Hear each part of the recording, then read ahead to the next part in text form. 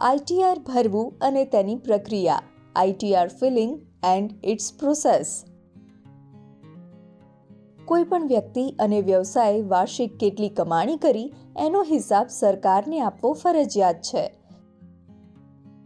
સાથે જ આ આવક પર સરકાર કેટલોક ટેક્સ લાદે છે એ પણ ભરવો પડે છે, જે આપણે ઇન્કમ ટેક્સ રિટર્ન ભરીને કરીએ છીએ. તમે ઇન્કમ ટેક્સ રિટર્ન ઓનલાઈન ભરી શકો છો. આજે આપણે એની પ્રક્રિયા વિશે ટૂંકમાં જાણીએ. આઈટીઆર ઈ ફાઇલ કરતા પહેલા નીચે આપેલા દસ્તાવેજો અથવા માહિતી તૈયાર રાખવી જરૂરી છે. પાન કાર્ડ અને Aadhaar card, bank statement, form 16, દાનની રસીદો, શેર ટ્રેડિંગ સ્ટેટમેન્ટ, જીવન અને આરોગ્ય વીમાની રસીદો, પાન કાર્ડ સાથે લિંક થયેલ બેંક ખાતાની માહિતી, આધાર સાથે નોંધાયેલ મોબાઈલ નંબર, બેંક તરફથી મળેલ વ્યાજ પ્રમાણપત્ર. આવો હવે આપણે જોઈએ કે આઈટીઆર ફાઇલિંગ કેવી રીતે કરવામાં આવે છે. Step 1, login.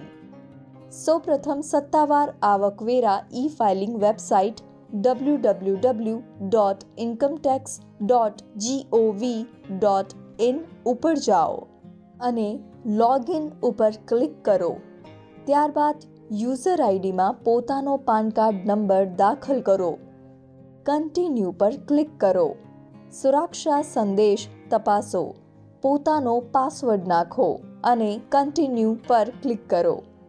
સ્ટેપ 2, આવકવેરા રિટર્ન ફાઇલ કરો પર ક્લિક કરો. ઈ ફાઇલ ટેબ પર ક્લિક કરો. આવકવેરા રિટર્ન ફાઇલ કરો.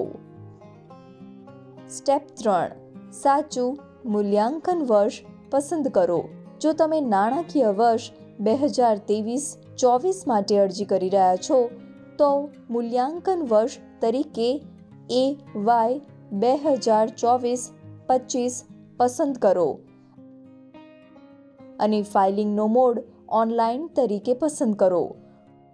મૂળ રિટર્ન અથવા સુધારેલ રિટર્નના સ્વરૂપમાં ફાઇલિંગનો પ્રકાર યોગ્ય રીતે પસંદ કરો.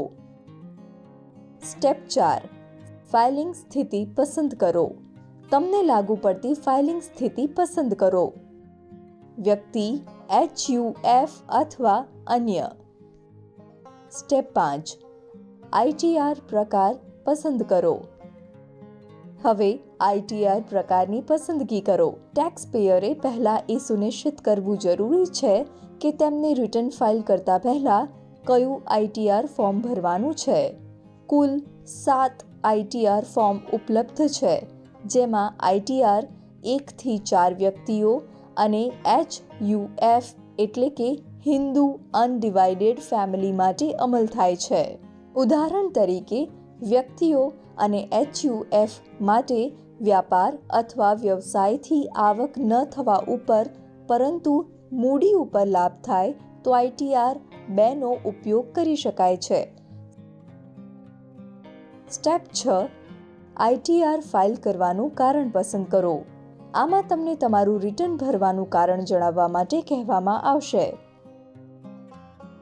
સ્ટેપ 7, અગાઉથી ભરેલી માહિતી ચકાસો. તમારા પાન કાર્ડ, આધાર કાર્ડ, નામ, જન્મ તારીખ, સંપર્ક માહિતી અને બેંક વિગતો જેવી મોટા ભાગની માહિતી અગાઉથી ભરેલી હોય છે. આગળ વધતા પહેલા આ વિગતો ચકાસી લો. સ્ટેપ 8, આઈટીઆરનું ઈ-વેરિફિકેશન એટલે કે ચકાસણી કરો. ઇન્કમ ટેક્સ રિટર્ન ભર્યા પછી 30 દિવસની અંદર તેની ચકાસણી કરવી જરૂરી છે. અલગ અલગ પદ્ધતિઓ દ્વારા તમે તમારા રિટર્નનું ઈ-વેરિફિકેશન કરી શકો છો, જેમ કે Aadhaar OTP, electronic verification code EVC, net banking અથવા ITR-Vની હાર્ડ કોપી CPC બેંગલુરુને મોકલીને. આઈટીઆર ઈ-ફાઇલ સંબંધિત તમારા કોઈ પ્રશ્નો હોય તો તમે સ્થાનિક ટેક્સ વિભાગનો સંપર્ક કરી શકો છો.